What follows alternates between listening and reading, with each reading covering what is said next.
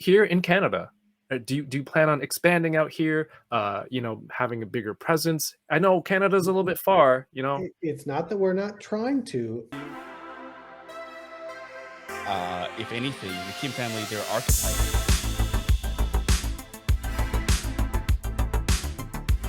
Which is sad, but not always a bad thing. I'm okay. I have one. Do you see all the name? Let's try though. Let's still try.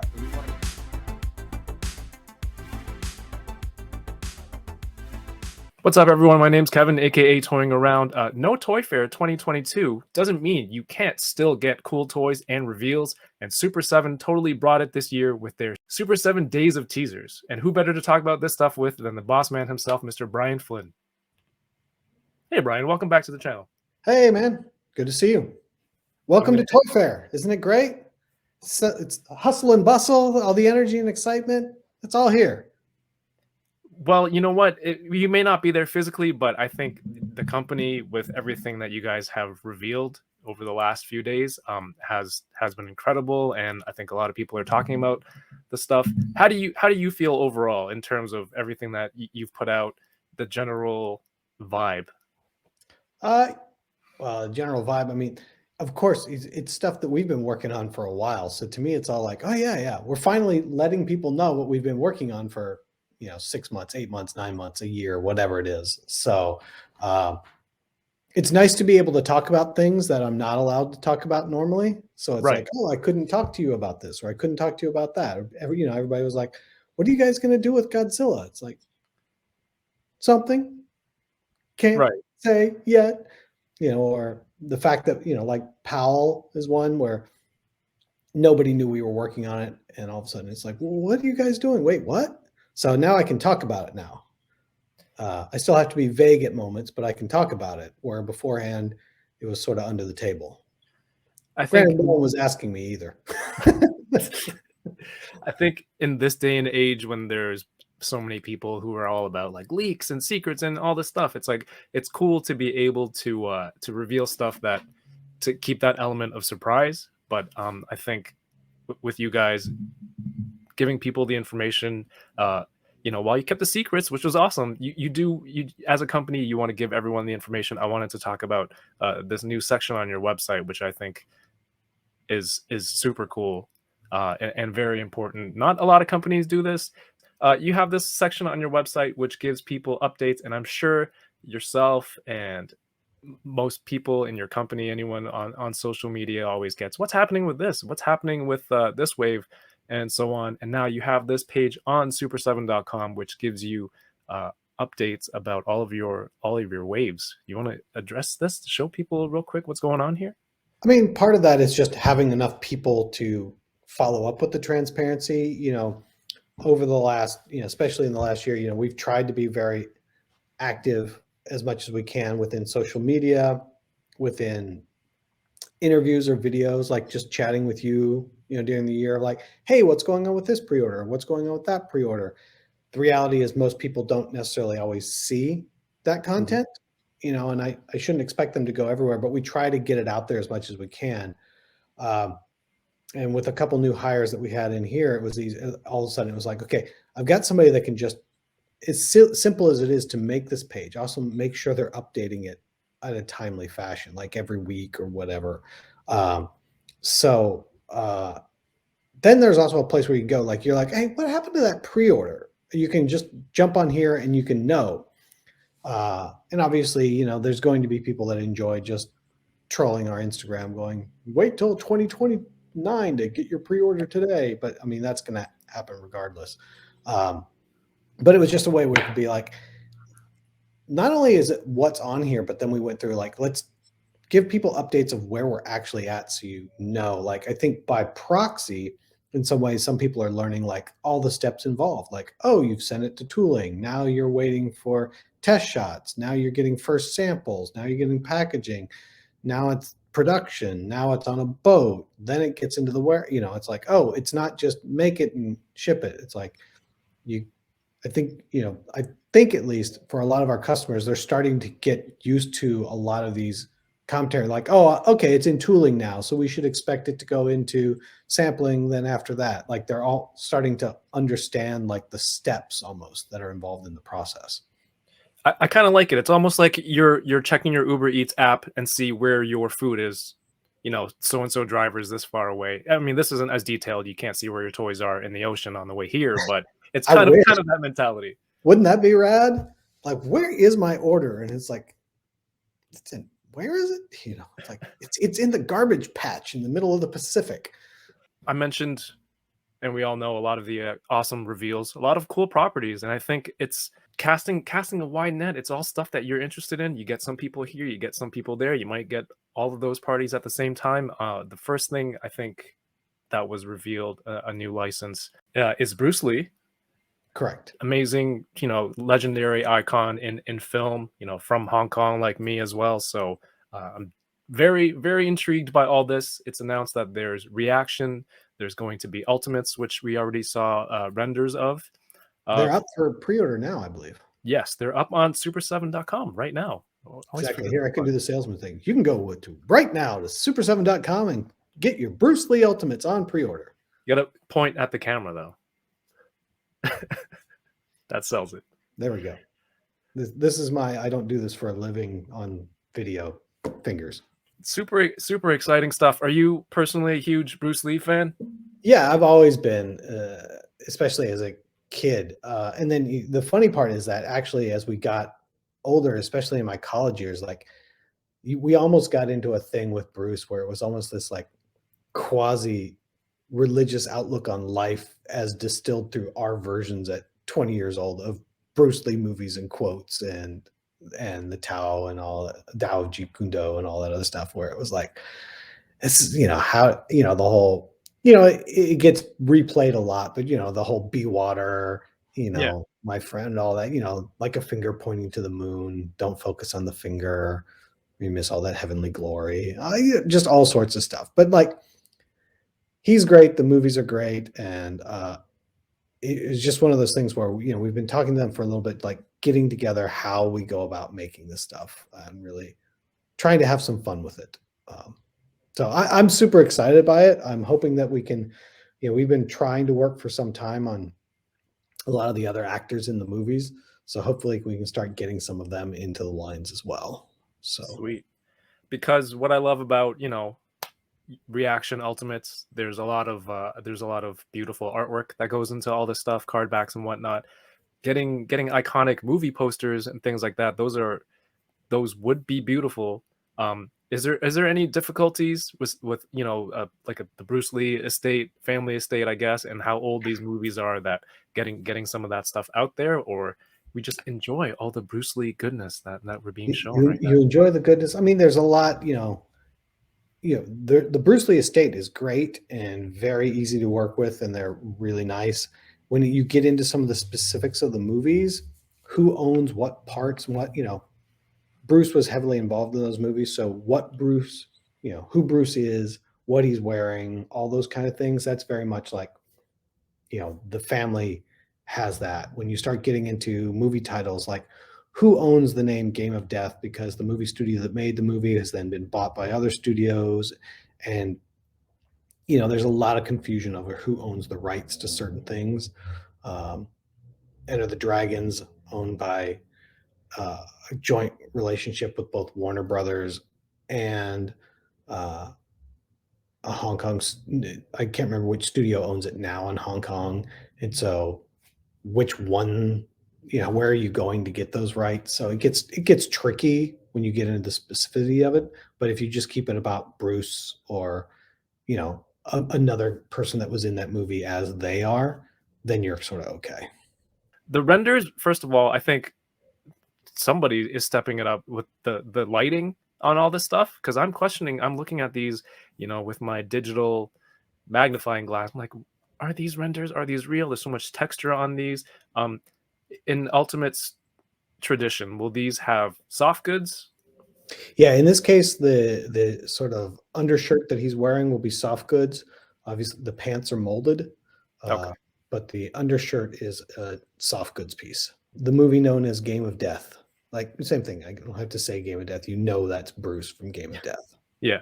The funny part was the amount of time we spent researching the ends of the nunchucks where they connect to the cord.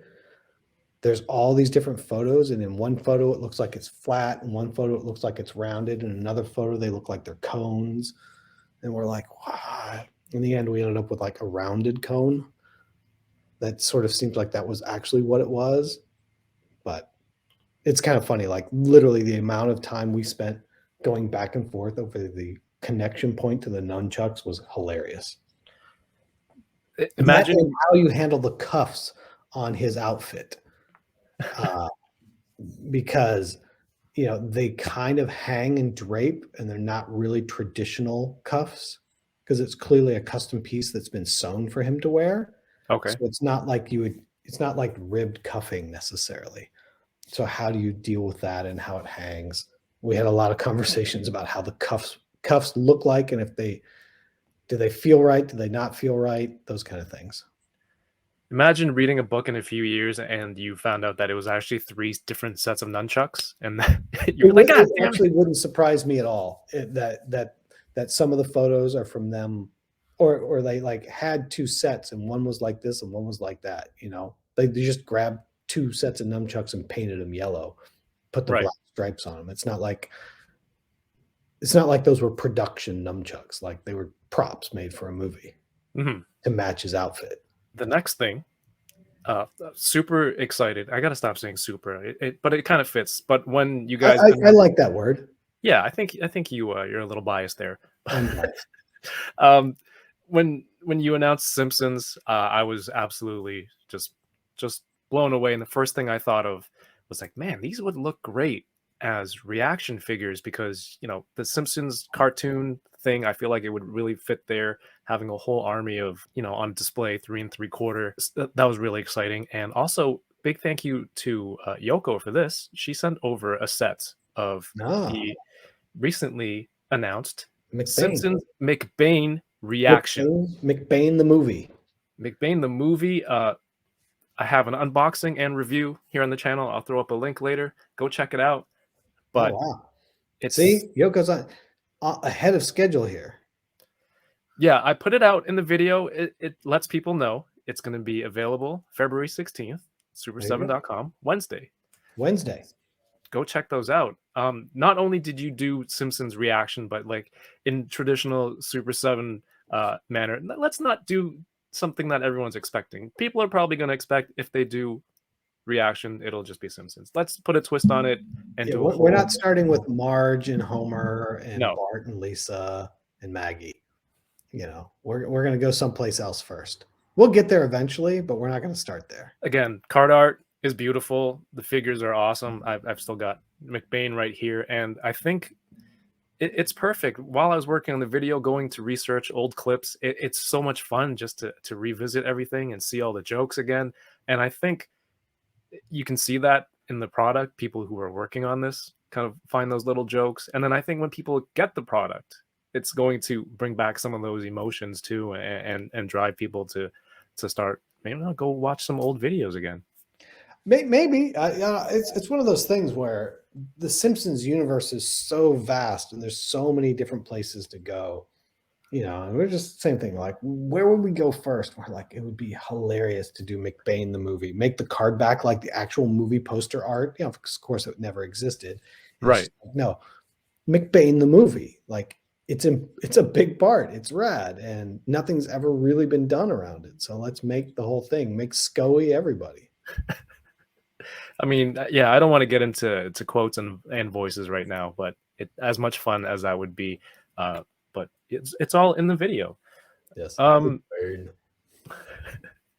Everybody, you say McBain, and you already hear his voice in your head. Yeah, it's not Rainier Wolfcastle. It's McBain. I also love that we refer to these cartoon characters like they're, our world Hollywood people. Yeah, that's a real person. McBain's a real person in my mind. Oh, right. Sorry, my bad. This one, Parks and Rec. When I saw this, my instinct was, man, I never knew I wanted Parks and Rec figures. And then when I see this, it was like, well, can't go back now. I need these. what's the process like getting something like Parks and Rec and deciding which of how it's going to fit within the brand? Well, there's a bunch of people here in the office that absolutely love Parks and Rec. I'm not going to lie and say that I'm the Parks and Rec expert. I am not. There are a couple other people in the office that are super, super into Parks and Rec. And so it's the same thing. It's the same process that we take with everything. Is like we all sit down and like, okay, I have my filter on things, but like, don't tell me who you think we should make. Like, here's the main characters. Tell me your favorite moments. What's the things you love most about Parks and Rec? Okay, let's start with some of that stuff. Let's go there. And it's an interesting thing. Like Parks and Rec is sort of an odd one where, in a lot of ways, what we're talking about, even if with the Simpsons or some of the other stuff with Bruce, we're definitely talking about nostalgia. We're reaching back to your past and talking about the things that you love and sort of bringing them back. You're like, oh, I forgot about this and how much I love this. With Parks and Rec, that's recent memories. That's not, if we're talking about Turtles, it's like, I remember this from when I was a kid. Like Parks and Rec is like, I remember this from when I was 40 or 30. It's not the same thing, but it seems to work in family pretty darn well. Yeah, I think that's a good point, because a lot of the stuff, it's something I had in hand as a collector, as a child at some point. I just completed my Turtles team yesterday, took a group photo, and the feelings, they all came rushing back. But Parks and Rec, like you said, you can still go watch it on Hulu, and they're still releasing deleted scenes that you haven't seen. It's pretty current. So it's like, how do you speak to that person who watched that show who'd be like, I want a figure of this? But apparently for me, all you had to do was show a picture, and I'm like, yep, okay. Well, I think it's the same thing. It still runs that filter, if you will, of just like it's fun, it's enjoyable, it brings me happiness. So it still hits the same emotional notes that we hit sometimes with the retro product, but it happens to be something more modern. Right. I'm gonna say it badly, but it's not like people have a lot of bad memories of Parks and Rec. But that doesn't mean that just because Season 1. Yeah. Well, but it doesn't really mean that just because you don't have bad memories of it, it's appropriate for what we do. But I think that the humor involved and some of the absurdity that goes with it feels appropriate to what we do at Super 7. Does that make sense? Like if all of a sudden it was a set of Friends action figures, you'd just be like, why did you do that? Like, that doesn't seem on brand. And I would agree with you. Like, it's not on brand. So are you a Friends guy or a Seinfeld guy? I absolutely am not a Friends guy, and I am the only person on the planet that is not a Seinfeld guy. Oh, you're neither. I'm neither.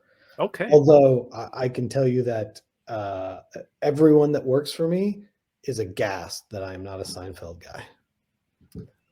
Seinfeld's one of those things where I was just like, oh God, like I'm embarrassed for you watching this. I can't hang, but everybody else in the world is like, oh yeah, Seinfeld's fucking amazing. And I'm just like, it's painful to me.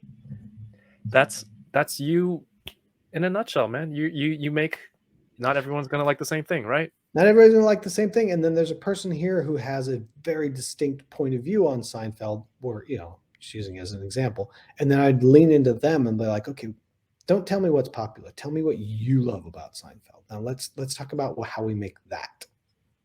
Because that's what we need to be making. If you're not a fan, that's the perfect way to kind of.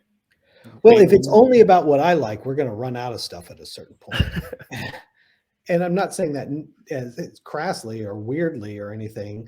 It's more that it's not just about me. This Super 7, while I'm the guy that gets to go out and do all the video interviews in some cases, like, that's why you can talk to Josh and you can talk to Kyle and you can talk to Nomi. And, as we do more and more stuff, other people will come that want to be interviewed will come out there, because it's about all of us. And Mhm. it's not just about what I want. Now, obviously, I'm going to look at it and have my opinions on it or my filter on it, but that doesn't mean it's just about me. And because if it is, everybody's going to get tired of me real quick. Well, this next one is kind of your thing, a huge part for you, I presume. I'm not very familiar with the whole skateboard culture and all this stuff, and for anyone who's watching who isn't, pitch it to me like, Like, what is it? yeah, what is it, and how should I be excited about this? Would I be excited about Well, it? Or what makes you well, excited first about and foremost, you don't have to be. If it's it? Right. not your thing, it's completely okay. But if you're talking about skateboarding, sort of as we know skateboarding now, you sort of have two generations. I say this as generations being about 5 years that really defined what modern skateboarding is. That is sort of 85 to 89/90, and then 90 through 95. And 85 through 89 is the explosion of skateboarding into pop culture. It's where a lot of the big names that you know of still to this day, like Tony Hawk and whatever, they all come out of that. Technically, Powell has a generation before that I'm involved in first, which is sort of the 79 to 85. Skateboarding is dead at that point. But it blows up, and when it blows up, Powell is not only the biggest skateboard company, they have the best, arguably the top riders, if you will. There are other companies that have great riders, but as an aggregate, like, you can't mess with anybody on their team. And then cohesively, visually, they have the tightest look and feel. So if anybody's like, oh, put a skull on a skateboard, you're talking about Powell. Yes, Zorlak had it with the puss head graphics, but Powell is the one that stereotype is driven from the Powell graphics. For me, when I started getting into skateboarding in the early 80s, Powell was at that time still probably the biggest company, but skateboarding was tiny. But skateboard graphics were my art school. So I can show you literally folders 2 inches thick of loose leaf lined notebook paper, because I didn't even know that unlined paper existed at that point, of me just spending hours and hours and hours every day just redrawing skateboard graphics onto my notebook or into paper. That my dad used to make the joke as I was getting near graduating high school, was like, if anybody ever needs somebody to draw monsters coming out of skulls, you'll have a job. That was his sort of joke, like, because all I did was redraw skateboard graphics every day. That was my art school. So I have an inordinate fondness, not only for skateboarding as just the freedom and excitement of skateboarding, but also the graphic vernacular and language of skateboarding and what that is. So then coming backwards to that, if you talk about 85 to 89, you sort of have three big companies: Vision, Santa Cruz, and Powell. Powell is by far the biggest. And that is, like I said, Caballero, most people know who he is. Like, he comes out of that group. He's technically, all these guys come out of the early 80 groups, but they become huge stars in the from 85 to 90. Tony Hawk becomes a huge star from 85 to 90. Where if you're talking about Tony Hawk, 81, 82, his board comes out, I think, to 85. Like, he's just some skinny kid in high school that no one really pays attention to. So this to me is sort of coming back to the things that I loved and trying to find my way to reinterpret them. There's been a few skateboard toys over the years, and most of them have been corny as hell. And, not something you want to buy. And I'm really into, and I finally came up with an idea of like, oh, I think I know how to make this stuff and make it cool, make it something that I would want to buy. And so, we'll see how many people come along for the ride. It's definitely a thing where it's either there's going to be some people that might just see it, think it's cool. But I think for the most part, it's going to be people that have a shared history and an affinity for that era of skateboarding and those graphics that will come back into this and be like, oh my God, this is rad. I need to do that. I want this.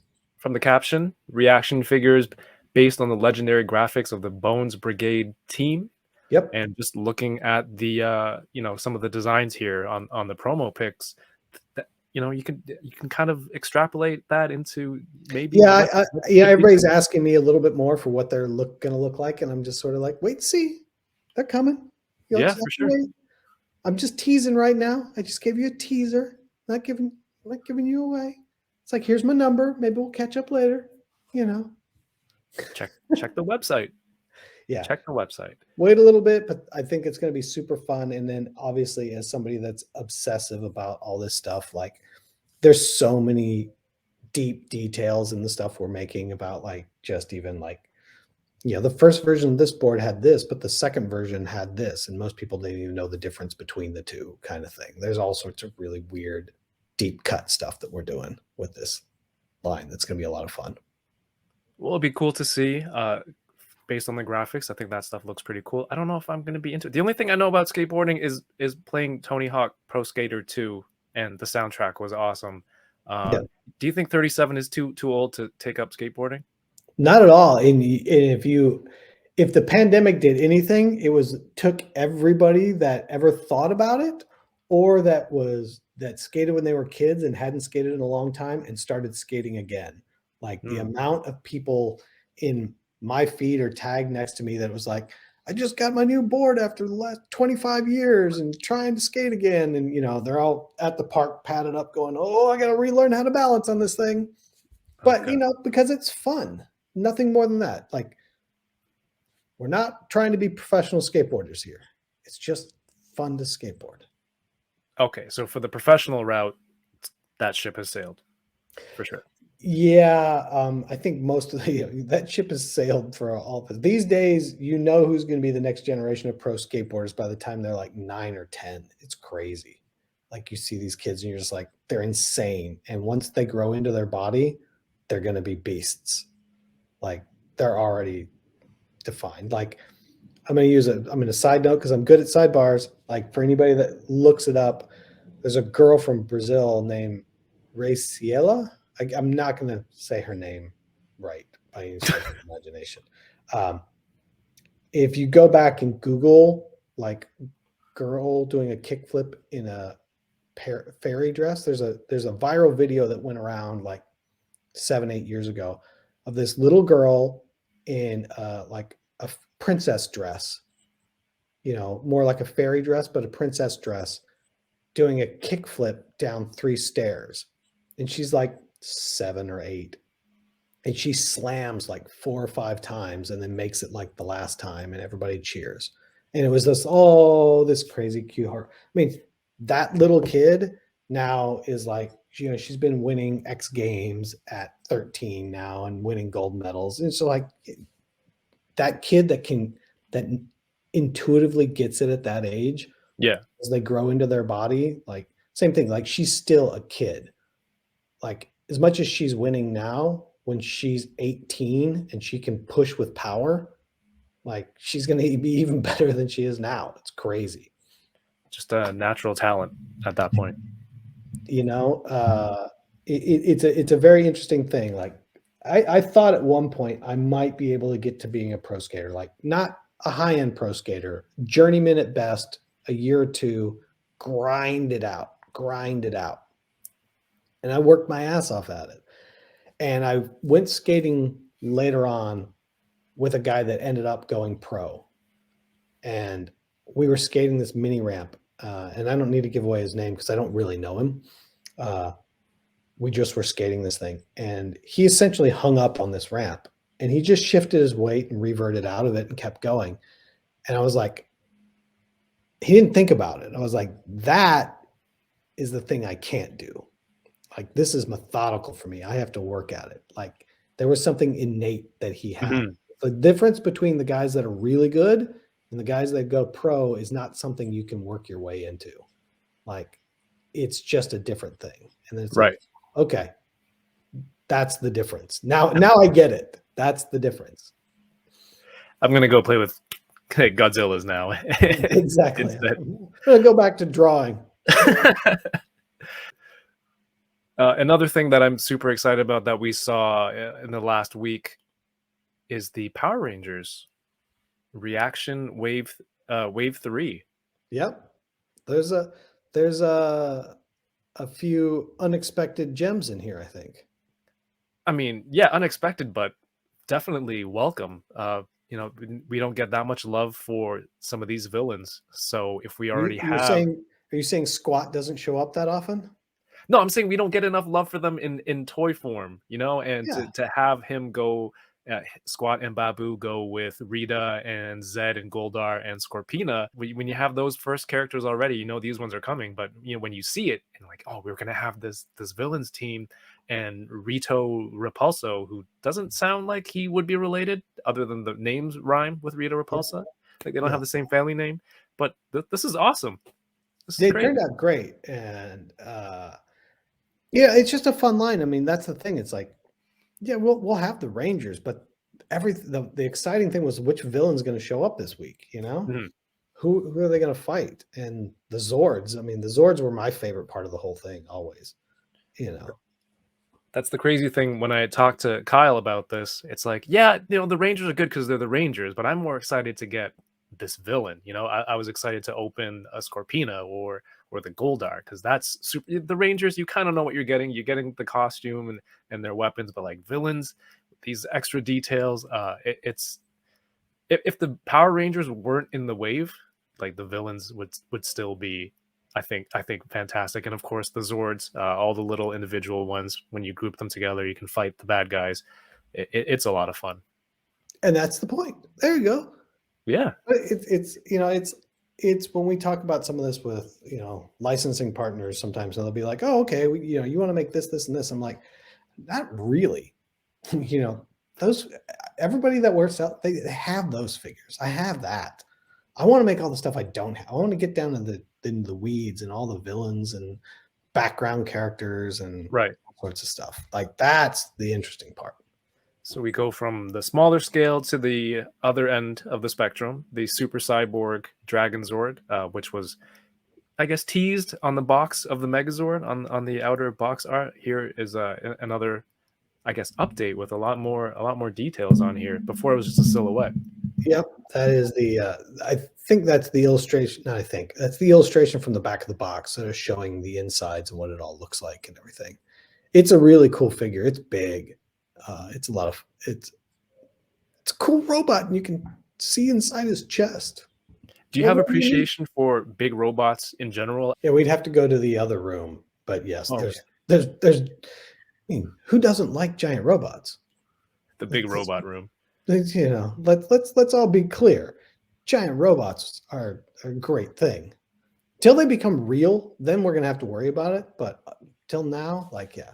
Until they get murderous. I'll go the gamut. I'll go from Go-Nagai giant robots to mecha giant robots. I'll go to Iron Giant.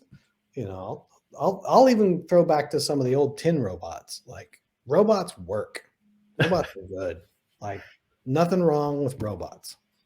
Robots are great until they start to get murderous, and that was a brilliant segue into this one right here. That was well played. Well played. So that was on the fly. Good note for that. Seeing if I could work that in. That was on the fly. That was on the fly. What? Yeah. Professional level here. What can I say? I'm an intellectual. Valentine's Day will be the worst. We have the worst. This robot with a floppy disk. Man, those are throwback, and label on it, people to delete. Yes. This is Robot Reaper, the backside of Robot Reaper. And yes, you can fit the floppy disk into the back of his head. So yeah, Robot Reaper is people to delete. He's got to run the program, got to get out there. And this is the worst. Wave 1 was previously revealed. Yep. And we'll hear more about this in a couple days. Monday. Yeah, Valentine's Day is Monday. Valentine's Day will be the worst. It'll be Robot Reaper and a special friend. Sweet. That'll come along. And yeah, they're just I mean, it's so much fun to make these characters, and obviously it was great fun making them in reaction. And when you get up to Ultimates, all of a sudden you have so much more room to sort of editorialize and play with the characters. You know, this character at 3 3/4, he's in a robe, but you really only see the face and a little bit of the robot parts peeking out through the hole in his cloak. But when we get to Ultimates, now the cloak's going to be soft goods. So you've got to design the entire robot underneath. Right. What are all those things? So same thing. What does the back of the head look like? Whole idea of like, it's this old floppy disk computer is kind of hilarious to me. This is like an Apple IIe gone wrong. And you know what? For anyone who's interested, now you can have a floppy disk accessory for Exactly. across That's the what line. you've been waiting for your whole life, a floppy Yeah. disk accessory. Because nobody has a prop for that. If you want that in a photograph as that reference. We actually for 10 seconds thought it would be absolutely hilarious to actually put a real life, like go find if we could source a real life old 5.5-inch floppy and put it in the back of the package. And then it was like, well, then how do you write a program or something? Would somebody get, and then it turned into all this work. We're like, okay, it's funny, but we don't need to put an actual floppy disk in the package. You were gonna find someone to program something on it? We're like, let's find the floppy disk. And then we're like, if we find the floppy disk, how do we get somebody to actually put something on the floppy disk if somebody were to try to read it? And then Right. it's same thing, and it just starts to spiral, and you're like, okay, why don't we focus on just making the toy rather than all these other problems? But Brian, I'm hard pressed to find a CD-ROM drive in my house. shoot, you try to find a SciQuest drive. The heck is that? SciQuest drive. So like in the early days of graphic design, you know, you had 5.5-inch floppies, then you had the 3 3/4, 3 1/4, whatever they were, the hard disks. But if you were running big files, you had to get a SciQuest drive, and the SciQuest drives were clear squares about this big. And Oh, wow. you could get a 33 megabyte SciQuest drive. And they were about $75 a disc, and that was the shit. Like you could fit anything on a SciQuest drive. And in my archives, I have like 4 SciQuest drives of like stuff I worked on in the late 90s.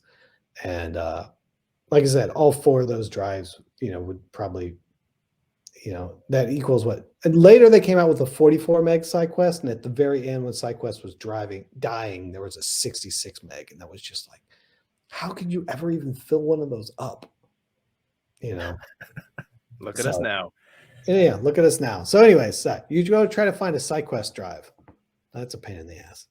Well, speaking of things that people haven't seen in many years, another reveal. Look at that transition. Ready? Yeah, see, this is, man, I'm going to get you to start writing some stuff for us.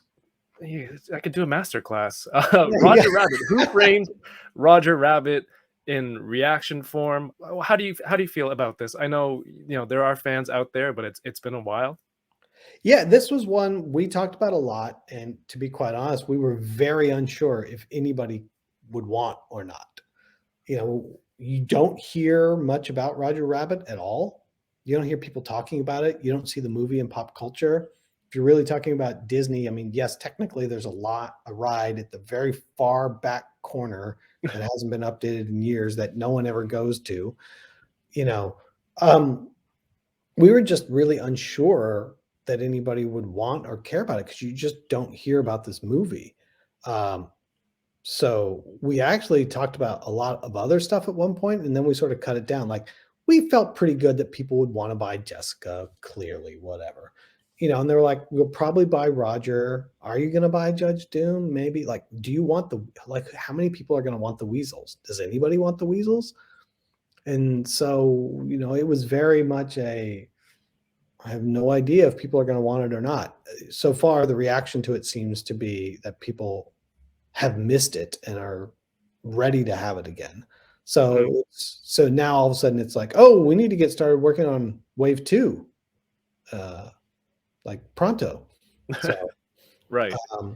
So yeah, this is, the same thing. Like, I'm sure there's people watching and be like, how did you not know? And it's like, you have no idea what people will buy or won't buy.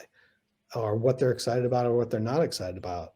You know, we can always come back and try to make the things that we want, but you still never know. Like Powell, no idea. But I also don't have big expectations with it. Roger Rabbit, we had no idea, so we had to really temper our expectations for what was going to happen. So far, it seems to be, you know, doing much better than we thought it was going to do.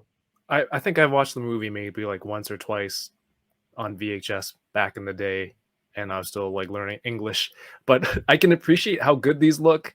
You know, the big graphics across the top, the artwork is killer. The Jessica Rabbit has, because I know Yoko has had a set, and I think she did a post about it, and it's got like this shiny, shimmery It's got a dress. Yeah, it's got foil on the dress, and then the figure itself is translucent red glitter where her dress is. I just love that, you know, within Super 7, you have the Reaction, the Ultimates, Super Cyborg, all of that stuff. Whatever the property may be, like something fits in one of those beautifully. So, you know, you may not do an Ultimates of this, but it seems to be well received so far. And you haven't really had like a remake or anything in between Roger Rabbit, I think, from then and now, have you? So that like it's cool to see the reception of this. Definitely. It was definitely one, like I said, we had no idea how it was going to be received. And I'm happy to say that people were excited about it. Along the Disney lines, there was also the Retro Disney. Reaction. Silly I always have to Simpsons. remember which one. But again, Mickey Mouse ears on the cards. Why does everyone who make 3.75 just make their card backs so beautiful that, you know, you know, Brian, I do unboxing Thursdays and I try to get rid of packaging. But then now I've been into 3 3/4, and it's just like, well, now I'm keeping all these cards as an extra set here, extra stack on the side. This stuff is fantastic. Well, I'm trying not to make it shitty. There's a tagline right there. That's Super 7, trying our best to not make it shitty. Well, and the reality is, for the most part, good design doesn't cost any more to print than bad design. You know, you can argue a die cut costs more money and some other stuff and blah, blah, blah. But for the most part, it's like, let's just make it rad. Let's make it fun. And obviously, going into Disney, everybody's like, oh, they're just going to go make Mickey and Donald and Goofy, and this is going to be lame. And it's like, well, no, that's not what we're going to go back. What I'm interested in is more like the silly symphonies, the really early, unexpected, different Disney stuff. You know, I'm sure we'll eventually get to like, here's standard Mickey and here's standard Minnie. But for now, I'm more interested in like, that is Donald Duck and the Yukon. Like they're not the ones you expect to see. Right. Because you can go to Disney parks and get any classic looking Mickey figure, right? Yeah, exactly. Yeah, you can go get regular Mickey. I can't go get these figures. As far as I know, in some of these cases, with some of the ones we have working, I'm like, no one's ever made anything for these things, which is kind of crazy. And all the Disney stuff that gets made, like no one's really gone back to a lot of these shorts and made a lot of these characters. Well, it's cool. You're taking a stab at it. Maybe it's like that Roger Rabbit thing. It's like it's been a while and they don't know how the reception is going to be. Kind of like that. Well, you know, everybody likes to poo-poo on Disney and talk about how it's this or that. It's like there's lots of great Disney stuff. And I'm happy to go make that stuff that I want to go make. So it's easy to kind of kick the the biggest media company in the world. But it's, you know, and this is a perfect example. Like same thing, starting with Ultimates. And I don't know if we talked about it before or not, but it's like before we started anything, I was like, whatever we do, the first character we're going to make is Prince John from Robin Hood. Right. Because growing up, I was on an Air Force base in Bitburg, Germany. And when my parents would go out, they had a thing on Friday nights where they could drop off kids at the daycare to be watched. And then you'd go to sleep on a cot and your parents would come pick you up after they went out for dinner or whatever. They only had a couple Super 8 films, but as you were lying down to bed, they would turn off the lights and play a couple Super 8s. And one of them is the soccer game from Robin Hood. And so I watched that soccer game from Robin Hood so many times, and I loved Prince John. So when we got to this point, I was like, all right, I know we need to make a Mickey, but before we talk about anything else, I want to make Prince John. Right. And that figure came out so good. I mean, this photo's on a table. You're looking up from the bottom of the box. You can't see straight down onto his face and everything, but this figure turned out amazing. I know I'm supposed to say that because I made it, but it turned out so good. The robe on it's so rad. It's just awesome. What was the quote? Trying not to make it shitty. Oh, this was well beyond not shitty. No, this is the exact opposite. Yeah. Prince John, Robin Hood's one of my favorites. Robin Hood's coming in wave 2. Yep. So, it's cool. The soft goods on Prince John, I think these were handled with my friend CJ, who works with Four Horsemen. CJ did indeed work on these. Yeah, and the Mickey cloak as well. So very excited to see these. So much to go through. So much to go through. And I'm not complaining. Well, it's a week of like, oh man, and then you will get nothing more for the next year. Okay, it's or till San Diego, maybe. Beastie Boys, we've been working on that one for a long time, trying to get that one. So it's gonna be really fun. Obviously, I can't talk about it any more than this, other than literally, I think this probably took us 4 years to lock down. Oh wow. And get to happen. But it's going to be super fun.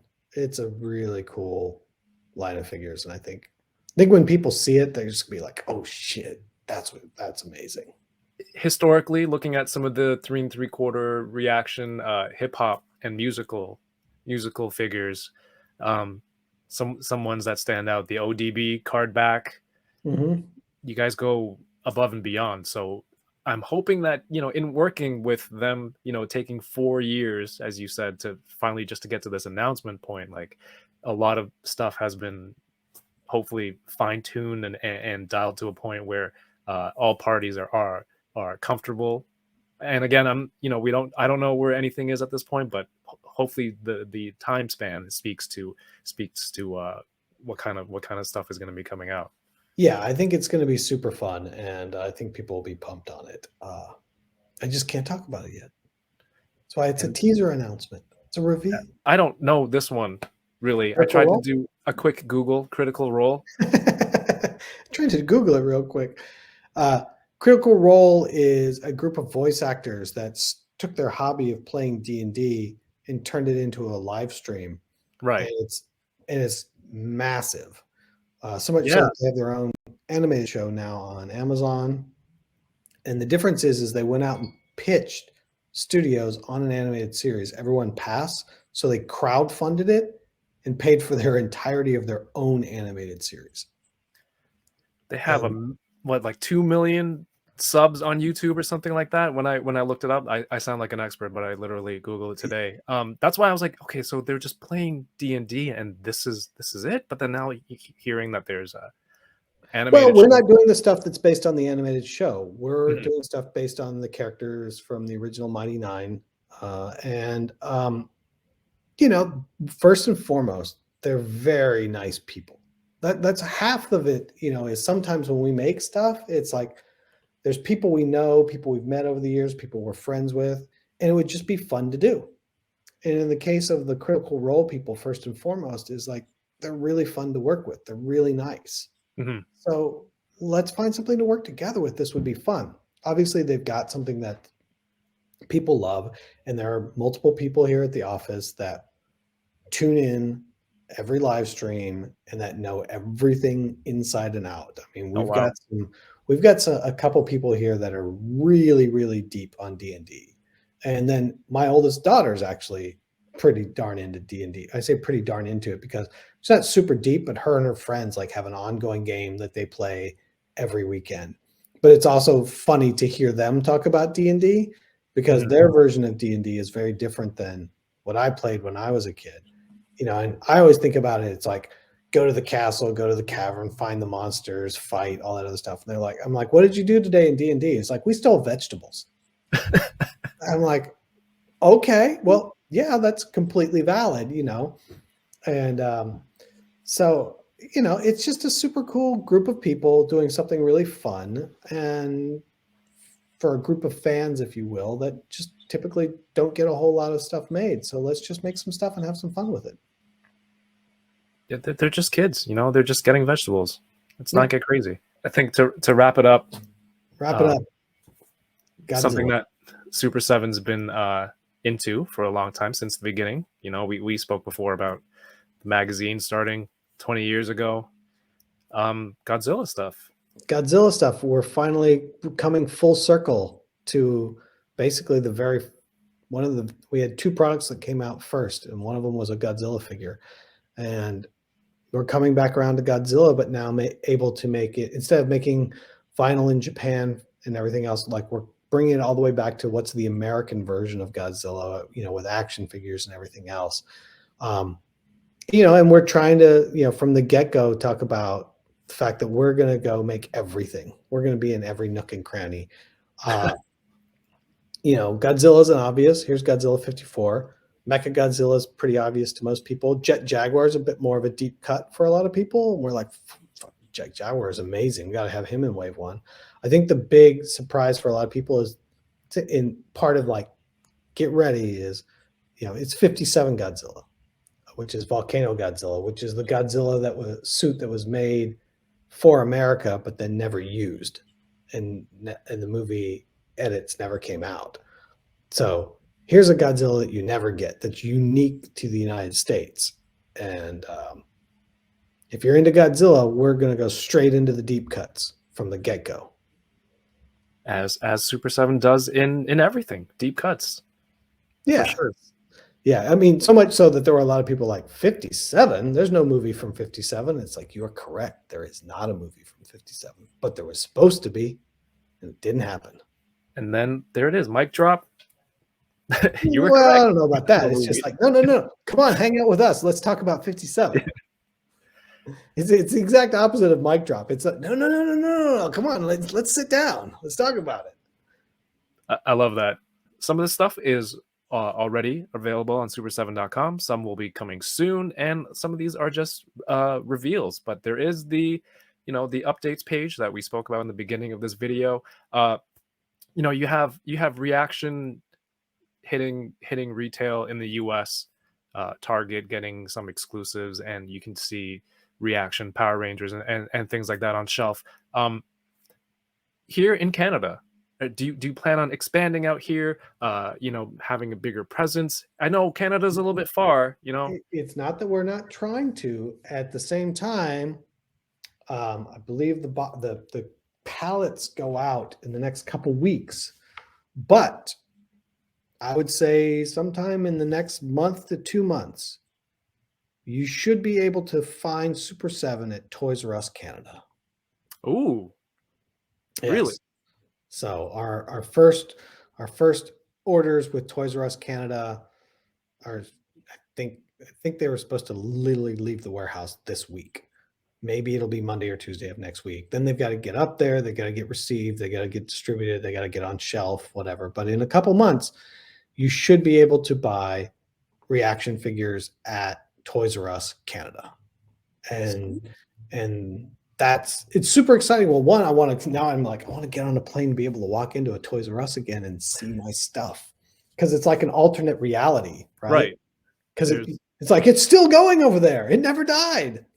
You know, you know, I have friends who have young children who have never been. They don't know what a Toys R Us is because it was already gone by the time gone in the US by the time they were born. So like this experience of walking into a Just Toy dedicated store, that would be crazy. You know what? You know, I think Yoko and some friends are planning to come up for Fan Expo in August to Toronto. So I'm going to get up there to see a Toys R Us before August. August. I got to wait to find out when it's going to be on shelf, when it's actually on shelf, and then I'm going to figure out which one I get to. But I'm going to get to one someplace. I don't know if it's Vancouver. I don't know if it's Ontario. I don't know. Maybe I'll go to the middle and go to Edmonton. I don't even know if they have one in Edmonton. They might, although I don't know how close it is to like the local closest. I only airport say or that something. because I have multiple sets of friends in Edmonton. Oh, you could do that. And But they're if all it's like, within the next month or two, it's going to be freezing cold. yeah, So well, no, that's why I live in California. good luck. Maybe BC would be better. It's closer. Yes. I'm going to avoid the cold first, but I'm going to come see our stuff on top. I want to be able to literally take a video of like I am outside of Toys R Us and I can walk in and see my stuff on shelf because I can't believe that that's real. I don't want to brag, but it's very real. I have like five in like a half-hour radius from where I am. I can't wait because it's not real now. The fact that it is real someplace is crazy to me. Like, fuck, we made it. We're in Toys R Us. Is that like the Canadian Disneyland? Like, I want to go to It's Disney. I can't Canadian believe this is Disneyland. real. There we go. The Canadian Disneyland. Now they gonna just go- need to have crappy food inside, and that's what it would be. I'm gonna go pitch that idea. I'm gonna email some people. Thank you so much. I wish you all the success. There's a lot of really cool stuff that was announced this week, and I'm super lucky to have some of it already to do the McBain video. Thank you so much, and keep making awesome toys. Well, thank you very much. Thanks for having me. Thanks for appreciating what we do, and yeah, I'm just excited to make all this stuff. I get to make all this stuff. It's so much fun. Super7.com. Some stuff is already up now, or wait and follow the updates page. You'll see more stuff. Brian, thank you again. All right, thank you. And hope to see you at a Toys R Us at some time. Definitely. Definitely. Who's this homeless guy outside the Toys R Us?